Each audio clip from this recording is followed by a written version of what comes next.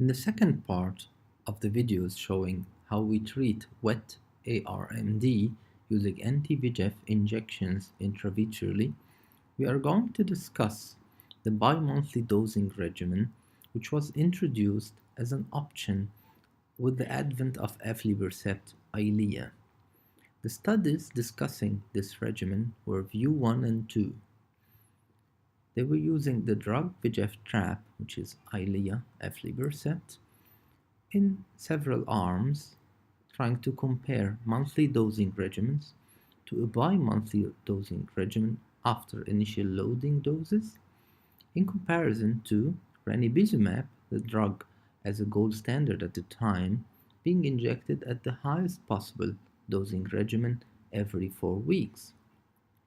You can see here in brown how the monthly ranibizumab injections behaved, and you can see how the View 1 and View 2 results were very similar, and the lower curve shows the integrated result of both View 1 and 2, showing that the yellow line of 2 milligrams of aflibercept every 8 weeks, fixed throughout the first year, was comparable to a fixed monthly injection dosage of ranibizumab and actually also to the same drug aflibercept.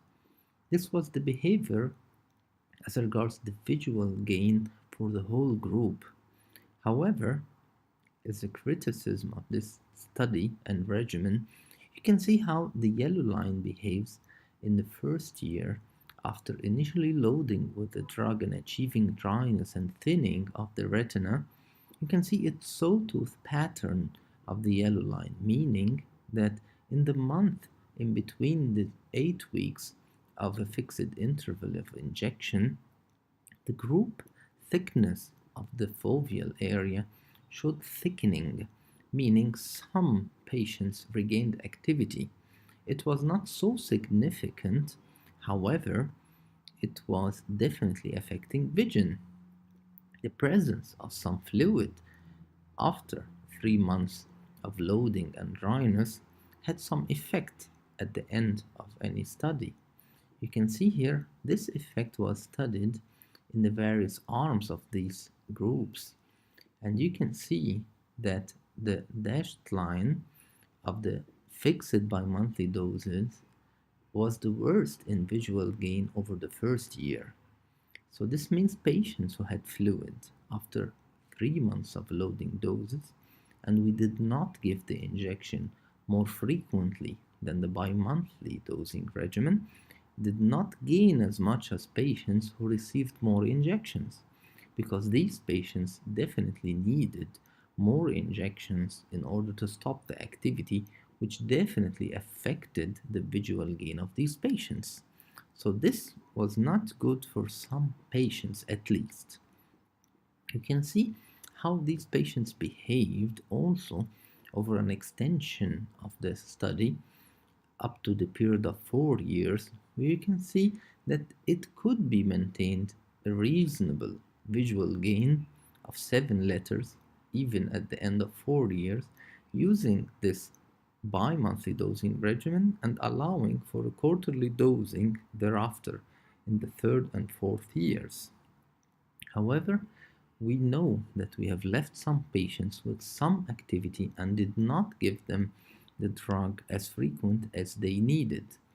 So, as a fact, we know that aflibercept Eylea is showing the ability to be used bi-monthly in a fixed regimen and maintaining a reasonable visual gain. But we also know that some patients needed more than bi-monthly dosing regimens. We also know previously that some patients need no more than 12 weeks injections every 3 months, and we know that they go towards the area of 40% of patients. So some patients are actually overtreated while others are undertreated if we fix the bi-monthly dosing regimen. And here comes the best customized approach to such a situation, the treat and extend protocol. Initially, the treat and extend protocol was used as follows. You give initially loading doses, you reach dryness of the foveal area, and then You start increasing the interval between injections from 4 weeks to 6 weeks. The patient still showing no signs of activity at 6 weeks. You inject the patient and you decide that next time you will increase the interval by 2 more weeks. So you decide that the next injection will be at 8 weeks interval. At that time, you check the patient's vision and OCT. No activity seen on OCT, everything is fine. You add an injection at 8 weeks and so on. Going to 10 weeks interval, patient okay, everything is fine and dry. You go to 12 weeks injections and you stop at 12 weeks interval like the EXCITE study with 3 monthly intervals. How did these patients behave? The LUCAS study studied 2 drugs for 2 years, ranibizumab and bevacizumab Avastin. Both drugs behaved very close to each other, allowing good improvement using this regimen, good visual acuity gain, reasonably maintained retinal thinning and dryness without activity. And you have to remember that some patients did show activity when you extend the interval. These patients were injected at less duration, meaning you do not increase the duration of injections by 2 weeks more if you have activity. Quite the contrary, you make it less. If you find a patient at 8 weeks interval with some activity, you decide that next time you will inject him at 6 weeks intervals, and if activity is still there, then you will inject at 4 weeks intervals until you reach dryness, and you stop at the duration where you know that this patient regains activity. So some patients could go all the way to 12 weeks intervals and maintain it, while others had to recede always to 4 weekly intervals. Some would stay at 8 weeks, quite inactive and reasonable, and any increase in the duration would cause activity. You can see here in this chart how patients were distributed among these intervals, and you can see clusters of patients at 4 weekly intervals needing frequent injections, showing activity whenever you increase the interval to 6 or 8 weeks. Also, another cluster was seen around 12 weeks intervals, meaning they could maintain their dryness and inactivity by a 12 weekly interval injection regimen. Very few patients would be okay at the 6 weeks or 8 weeks or 10 weeks. So we know that most patients either require frequent injections or very infrequent injections. How did the recurrence occur during the treat and extend protocol? Meaning, how many times you had exudation and recurrences in the percentage of the patients along the regimen, trying to go from 6 to 8 to 10 to 12 or back if activity was there. You can see again 42% again, like the EXCITE study, did not show any recurrence of activity, maintaining 12 weekly intervals, and only another 28% showed once some activity.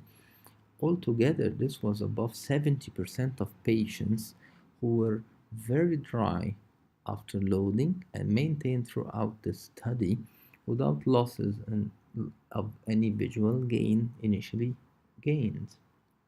The T-REX study went further, trying to compare the treat and extend protocol to monthly dosing regimen, which is of course the highest rate of injection with possibly the highest visual acuity gain.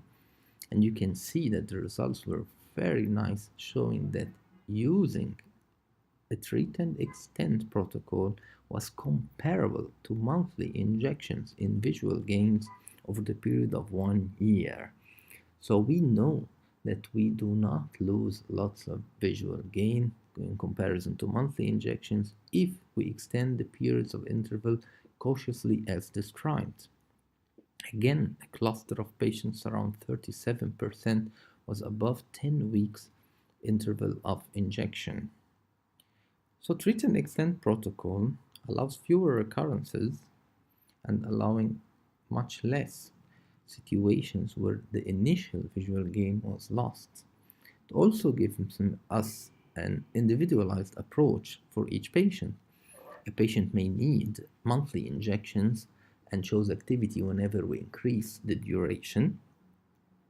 However, another patient can go up to 3 months without an injection and shows stable visual acuity and no activity. The use of 2 weekly intervals in treat and extend protocol was really tedious, giving too many different dates of OCTs and injections, and it was very perplexing to both doctor and patient. So the ALTAIR study tried to describe how would things do if we go for 4 weekly intervals of change, meaning that you give your injections, you reach a point of stability and dryness and visual gain, and then you start to treat and extend protocol in two arms. One would use the regular 2 weekly adjustments, either increasing or decreasing intervals according to activity detected, and another arm used 4 weekly adjustments, going from 4 weeks to 8 weeks, and if patients are stable, you go to 12 weeks. So in 2 injections, you can reach the 3 months interval quite rapidly. But there was a fear that some visual gain may be lost. However, it was statistically insignificant over the period of 2 years if you do this. If you move from 4 weeks directly to 8 weeks and directly to 12 thereafter, in comparison to moving from 4 weeks to 6 weeks to 8 weeks to 10 weeks and ending in 12 weeks. It was a definitely much easier regimen to extend your intervals and much simpler to apply for doctors and patients. No patients nearly lost gain, meaning that the same number and percentage in both groups of patients could gain more than 15 letters of visual acuity gain. Also, the change in anatomy was insignificant, with both groups showing a very reasonably dry foveas at all times in the study. So it was definitely going for in favor of using 4 weekly adjustments to simplify our treat and extend regimen. You can see here how the patients were distributed and how the number of injections was very similar using both regimens. So actually, we had only a bit less injections in the 4 weekly adjustments with simplicity, ending up in a similar number of injections in 2 years period. So actually these patients did not actually receive less treatment. They were only simple in organization and capping at 3 months rapidly, but overall the difference was less than 1 injection at any point in time. Also, the ALTAIR study went a step further and tried to go for 16 weeks intervals, not stopping at 12 weeks only as suggested before, but taking it a further step to trying to go for 4 monthly intervals, meaning only 3 injections per year. And it did show that patients could go extra month and could reach the 16 weeks intervals without losing visual acuity and gain. So we suggest an algorithm. First, you have to treat the CMV till dryness when you find no fluid on OCT, and we do feel that aflibercept has some favor in achieving dryness quicker and more efficiently in these patients. You inject every 4 weeks. You have at least a minimum of 3 loading doses, meaning if the patient is dry by the second dose, you still give the third dose after another 4 weeks. Any residual fluid at that point still receive monthly injections for a longer period.